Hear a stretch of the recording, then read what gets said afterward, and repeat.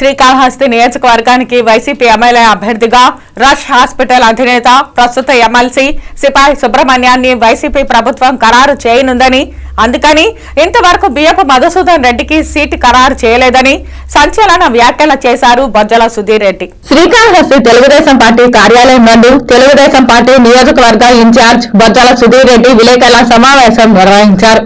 ఈ సమావేశంలో బొజ్జల సుధీర్ రెడ్డి మాట్లాడుతూ, ఈ పర్యాయం శ్రీకాళహస్తి నియోజకవర్గానికి వైసీపీ ఎమ్మెల్యే అభ్యర్థిగా రష్ హాస్పిటల్ అధినేత ప్రస్తుత ఎమ్మెల్సీ సిపాయి సుబ్రహ్మణ్యాన్ని వైసీపీ ప్రభుత్వం ఖరారు చేయనుందని, అందుకని ఇంతవరకు బియ్యపు మధుసూదన్ రెడ్డికి సీటు ఖరారు చేయలేదని సంచలన వ్యాఖ్యలు చేశారు. తిరుమల అడవుల్లోని ఎర్ర చందనాన్ని కాజేయడానికే ఈ పర్యాయం ఉమ్మడి చిత్తూరు జిల్లాలో వైకాపా ప్రభుత్వం తమ ఎమ్మెల్యేల అభ్యర్థులను స్థానికులకు కాకుండా ఇతరులకు సీట్లు కేటాయించే ప్రక్రియ చేపట్టిందని, ఎర్ర చందన స్మగ్లర్లు, అవినీతి పరులైనటువంటి అభ్యర్థులకు ఎమ్మెల్యే టికెట్లు ఖరారు చేస్తూ చిత్తూరు నుంచి సత్యవేడు వరకు ఎర్ర చందనాన్ని తరలించడానికి సంసిద్ధమవుతున్నారని అన్నారు.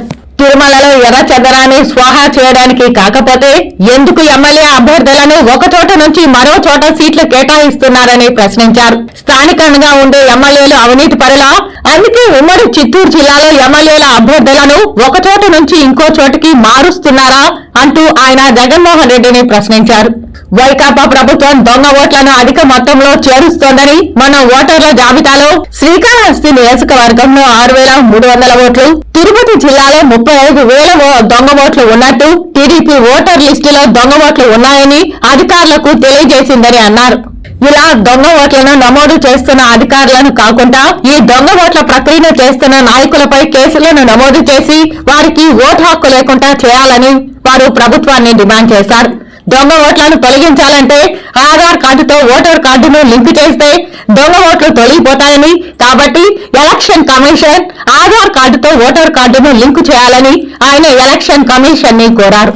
ఒకడు పక్కన ఆదిములు అడ్డం ఉండే ఆయన తీసుకొచ్చి పైన పడేశారు. అడ్డం అంతా క్లియర్ అయితే రూట్ క్లియర్ అయింది. ఎర్రచందనం పోవడానికి రూట్ క్లియర్ అయ్యేసరికి టికెట్లు అంతా మార్చుకుంటా ఉన్నారు ఇల్లు.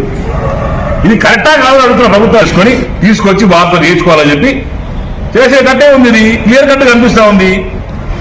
ఇది కాదంటే చెప్పండి ఎందుకు మార్చారో అతన్ని. మీరు సర్వేలు చేసుకుంటారు, మీ సర్వే రిపోర్ట్ వచ్చి ఉంటుంది. ఐదర్ నువ్వు ఎర్రచందనగానే చేసిన ఒప్పుకోవాలా, లేదా నీ క్యాండిడేట్ పని చేయడం ఒప్పుకోవాలా. నీ క్యాండిడేట్ దొంగను ఒప్పుకో, ఓకే వదిలేస్తారు. నేను మాట్లాడు, నీ ఎమ్మెల్యే దొంగను ఒప్పుకో వదిలేస్తా, లేక ఎర్రచందనం కోసం క్లియర్ చేసా చెప్పు వదిలేస్తా.